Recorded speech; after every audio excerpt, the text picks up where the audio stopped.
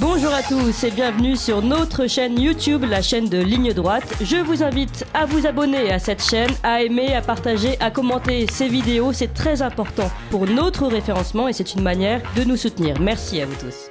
Et on retrouve notre partenaire Valeurs Actuelles, Richard Dessès, pour la chronique BD. Bonjour Richard. Bonjour Corentin. Et donc aujourd'hui, vous avez décidé de nous parler de De Gaulle à la plage de Jean-Yves Ferry et le jeune Albert des éditions Les Humanoïdes Associés. Mais d'abord, on va parler de Gaulle en ce 17 juin.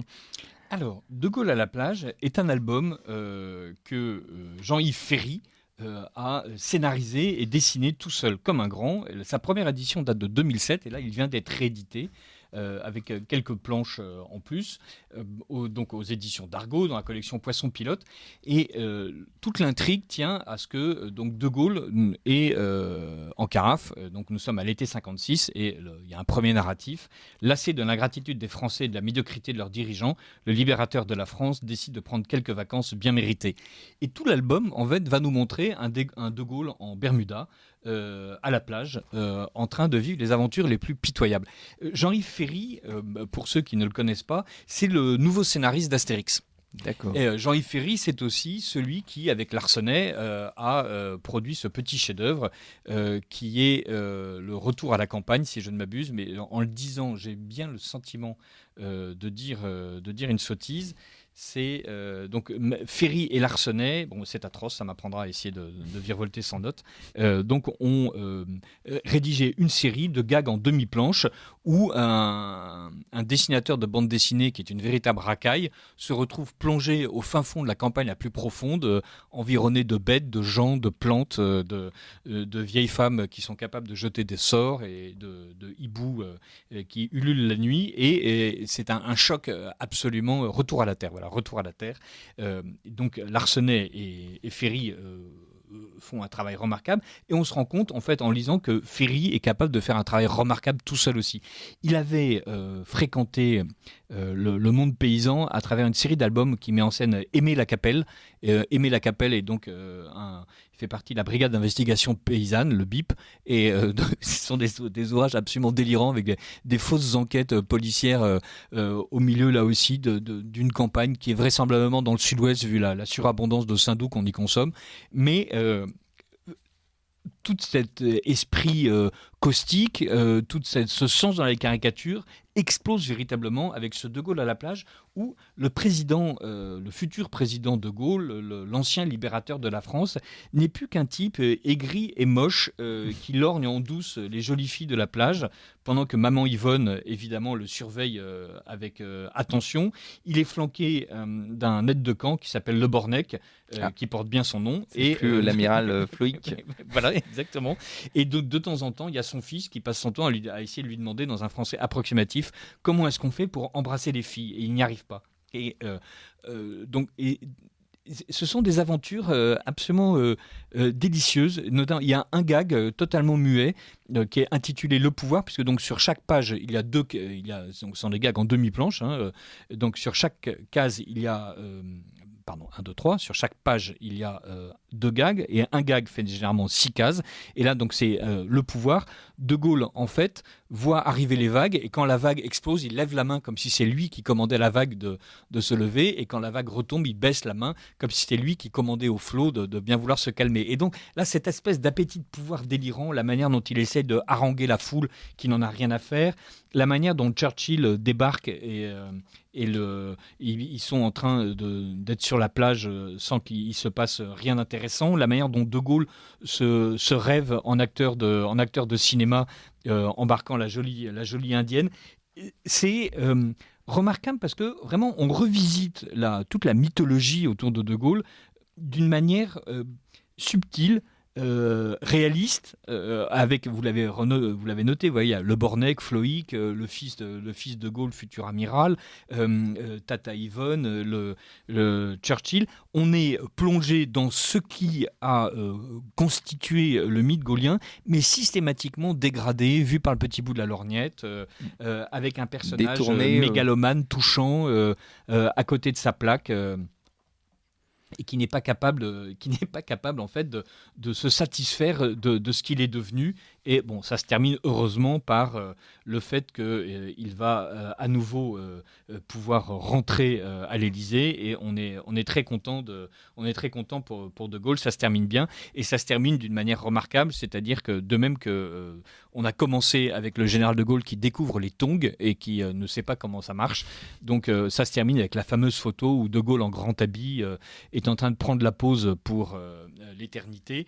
Et le Bornec lui fait remarquer qu'il a oublié d'enlever ses tongs. Et donc la dernière image, c'est on entend flip-flop, flip-flop. Et donc le général de Gaulle, en tongs et en grand habit, est en train de hanter les couloirs de l'Élysée pendant que son fils, vêtu d'un ridicule petit chapeau, tient en laisse le berger allemand qui avait été rescapé du bunker de Hitler et qui est lui resté foncièrement nazi.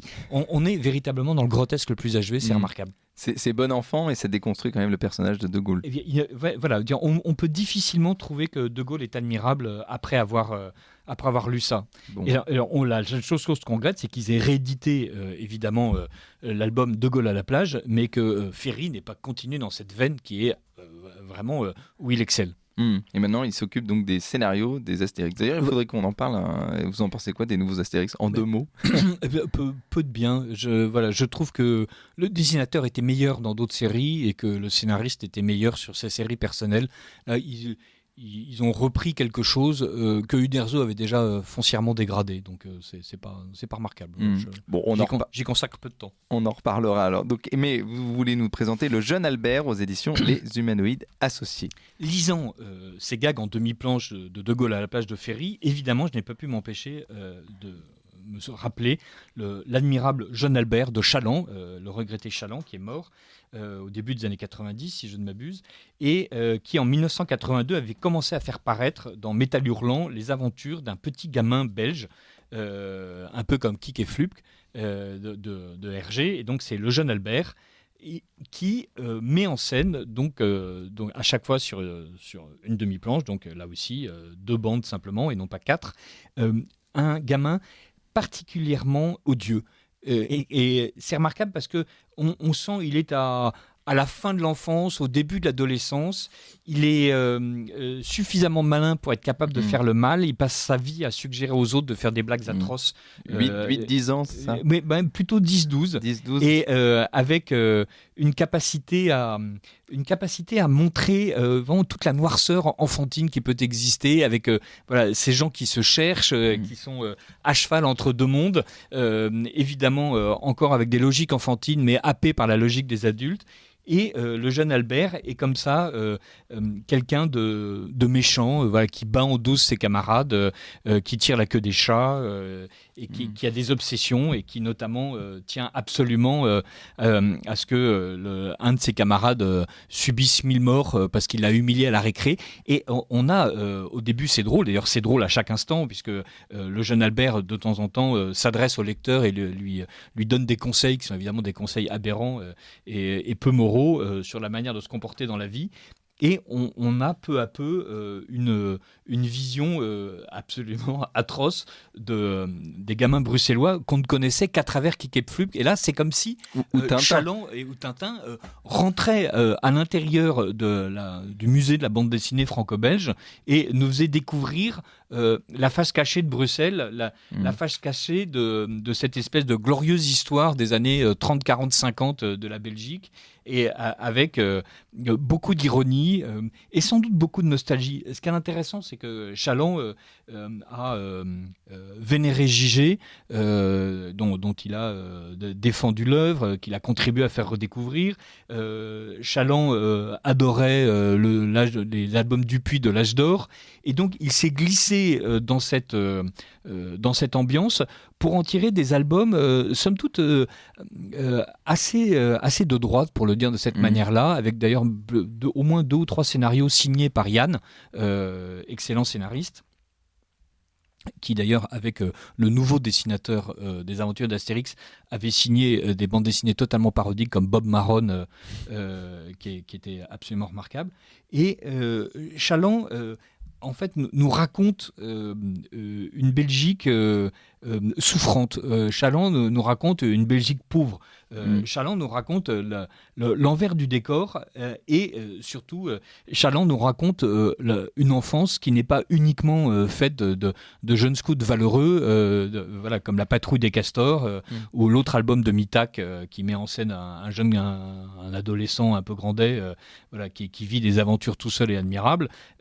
On se retrouve là, au contraire, dans les sales gosses. Avec un anti-Tintin, mais chaleureux. Alors, chaleureux, voilà, il faut pas oublier. Donc voilà, alors, à chaque fois, il n'y a rien qui brave l'honnêteté et on est toujours à l'intérieur de quelque chose qui est lisible. Voilà. Voilà, c'est réservé, si je veux dire, aux grandes personnes parce qu'il n'y a qu'elles qui seront capables de supporter la noirceur des âmes telle qu'elle s'y expose et je veux dire, la méchanceté foncière du jeune Albert et en même temps de percevoir la tristesse qui l'anime, d'être sensible à la qualité du dessin qui est une ligne claire remarquable. Chaland était un dessinateur absolument essentiel et qui réussit à nous emmener peu à peu vers une espèce de second degré nécessaire dans notre manière de relire en fait toutes ces bandes dessinées, toute la bande dessinée des années 50-60 en étant un peu plus attentif à ce qui est sous-jacent. Alors, là, les albums sur les dernières planches, Travail, Famille, Patrie, le label belge, La Joie belge, l'Union belge, qui sont un discours politique est absolument remarquable. Et il y a aussi toujours des histoires de morale parfaitement abominables avec par exemple un monsieur qui perd son chapeau et qui propose de donner de l'argent uniquement à celui qui le rapportera et du coup les gamins se battent entre eux pour lui rapporter le chapeau. Donc on n'est pas du tout dans ce que Franquin dessine avec genre Éloi et donc dans ces espèces de petites villes françaises ravissantes où voilà, quand un billet se perd, généralement le billet vole de main en main et finit par revenir à celui qu'il avait perdu, mais entre-temps tout le monde a réussi à s'acheter des choses merveilleuses et le petit garçon ramène un gros gâteau à sa maman. Voilà, donc ça on est chez Franquin. Quand on est chez Chaland, ça marche pas du tout comme ça. Non, les enfants se frappent, le chapeau est écrasé et nous sommes ravis. Enfin, voilà. Voilà, malicieusement ravis. Des vrais enfants, finalement. Des vrais enfants, enfin. Et merci beaucoup, Richard de Sèze. On rappelle que vous êtes notre partenaire Valeurs Actuelles et donc 2 livres, 2 BD, De Gaulle à la plage de Jean-Yves Ferry et Le jeune Albert aux éditions Les Humanoïdes Associés. Et on n'a pas parlé de De Gaulle est-il de droite pour non, Richard pas du de tout. Sèze. De Gaulle n'est pas de droite. De Gaulle est un faux homme de droite. Voilà, de Gaulle prétend servir la France, mais De Gaulle ne sert que lui-même. De Gaulle est une espèce de proto-Macron, à franchement parler. Ah, c'est intéressant. On en reparlera. Merci beaucoup, Richard de Sèze, et à la semaine prochaine pour une autre chronique BD. Vous appréciez cette émission? Alors aidez Radio Courtoisie à en produire d'autres en indépendance totale. Rendez-vous sur soutenir.radiocourtoisie.fr. Merci d'avance.